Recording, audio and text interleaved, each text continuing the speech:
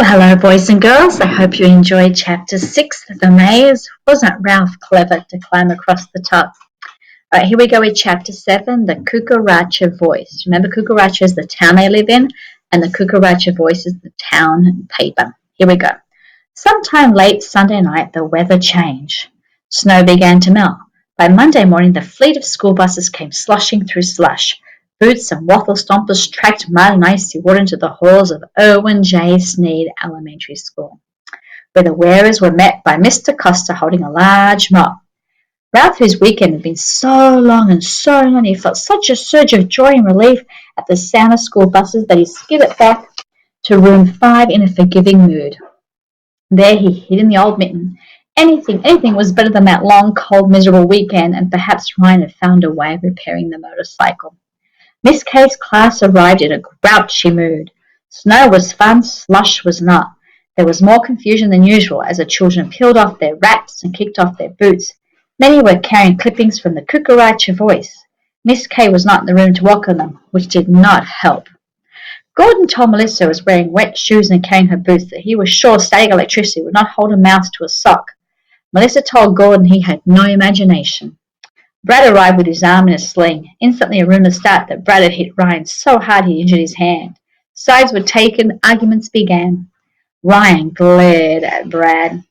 "You owe me a motorcycle for the one you broke. Serves you right if you hurt your hand." "That motorcycle you said was Ralph's," scoffed Brad. "What would that stupid mouse do with a motorcycle?"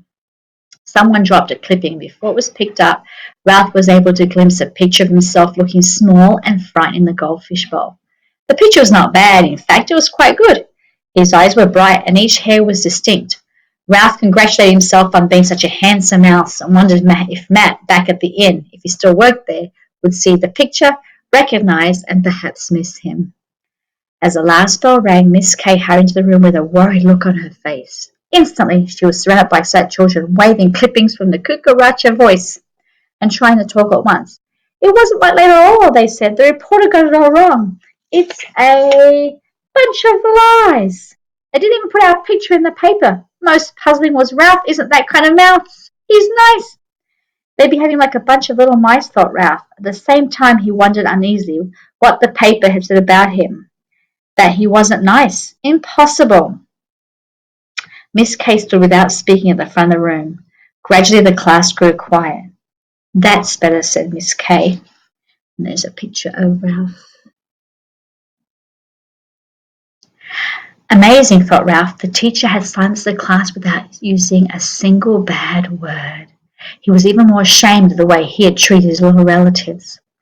After the class recited liberty and justice for all, but not for me, thought Ralph, Miss Kay said, "Class, we have a lot to talk about this morning, and we can't talk if we speak at once. Brad, suppose you begin by telling us what happened to your arm."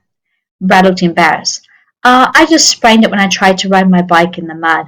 I was trying to get ready for the first motocross race this spring." The class respected what Brad had tried to do, and Ralph was struck by a sudden thought. Brad was exactly the sort of boy who could understand a mouse who rode a motorcycle.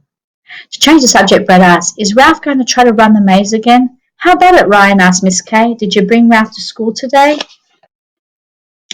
"He's lost," Ryan sounded worried. He got mad Friday afternoon and disappeared. "I am not lost," Ralph said to himself. "I know where I am, right here in this mitten." A sigh of disappointment ran through room 5. The class liked Ralph. Besides, watching a mouse in a maze was more fun than social studies or spelling. "Miss Kay," said Gordon, "even if Ryan finds Ralph, I don't think he should have to run the maze again. He proved there was a better way to get the peanut butter than running into dead ends." "Why, he's right," thought Ralph, perked up by Gordon's support. "I'm smarter than I thought I was." "Class, do you agree?" asked Miss Kay, who liked her pupils to think. The class thought. Brad was first to speak. "In motocross racing, it's against the rules to get off your bike. I think he cheated." Several people were quick to point out that testing intelligence with a maze was not the same thing as a racing on a bicycle, even a BMX. "Maybe he was too amazed to do it right," suggested Melissa with a giggle. "Well, I think he proved he was gifted and talented." Gloria spoke as if she had ended the discussion by using words the school used to describe children such as herself. Miss Kay asked for a show of hands. 21 children agreed that Ralph had found the better way to run the maze. 5 felt he cheated. Case settled. Ralph was an unusually smart mouse, something he doubted only once in a while. Speaking of solving problems, said Miss Kay, do you think fighting is a good way to settle arguments? No, chorused the girls. And we'll stop chapter 7 there, and we'll finish off chapter 7 tomorrow. On Monday. Right? We'll see you on Monday. Have a good weekend.